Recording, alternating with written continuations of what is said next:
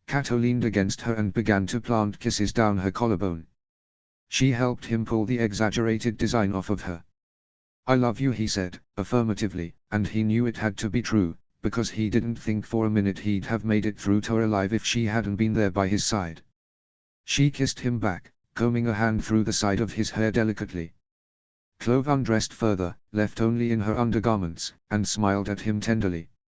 Kato smirked slightly, teasing, "Who says you're not sexy?" He tore his shirt off and pulled her to his chest, their hearts beating swiftly to the same rhythm.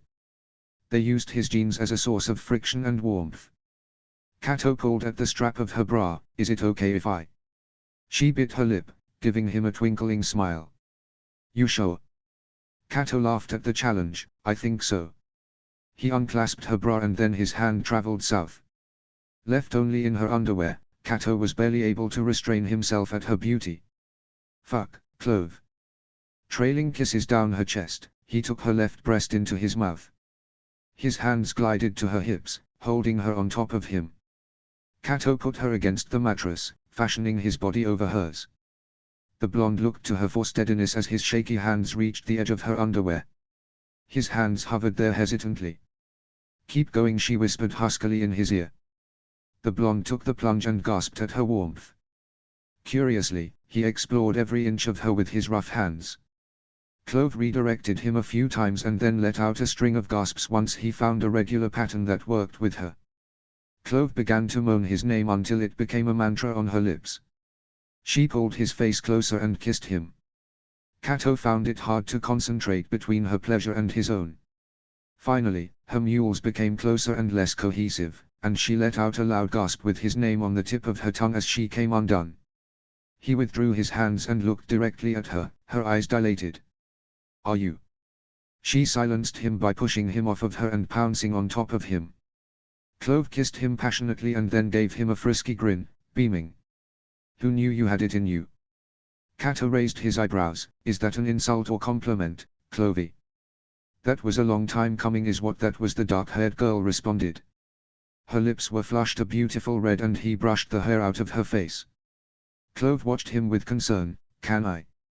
He looked away, failing to hide his shame. "Today was about you, cuties." Clove removed herself from him and returned to his side. She laced her fingers in his as he mumbled sleepily, "We'll get there." "We'll get there," she repeated, stroking his cheek with her thumb. Clove snuggled closer to him, a gentle expression on her face as she whispered softly, "I love you too, Kato." As he stroked her hair, Kato thought of the future, of where they'd be tomorrow, next week, next month, next year, and then in the next 10 years. He was pleased to find that nothing scared him as long as she was by his side. He didn't have a clue, but he'd soon learn. Technology was something District 2 managed to both overwhelm and underwhelm its constituents with. Only the rich had access to phones, but they utilized machines that managed to dispense 8 incredibly lethal arrows within the span of 6 seconds. Travel wasn't any more helpful in sorting that out. Only the rich owned cars, and though there was a comprehensive train system, it was not affordable to those without work authorizations. Kato made the speech in 3. He begged Mali to allow him the right. The blue-haired woman sighed, trying to explain it wasn't the best to provoke the technology district. In his speech, Kato spoke of inventiveness and how ingenuity was important to keeping a country running. He gestured to the district's technological advances and tried not to speak of datum directly. The boy had been incredibly sharp for 14, sure, but his life hadn't been worth more than Clove's. This was Kato's rationale for killing him. He would have died eventually. At least he did something memorable before he passed.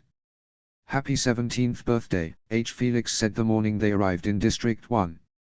"Your prep team's ready for you.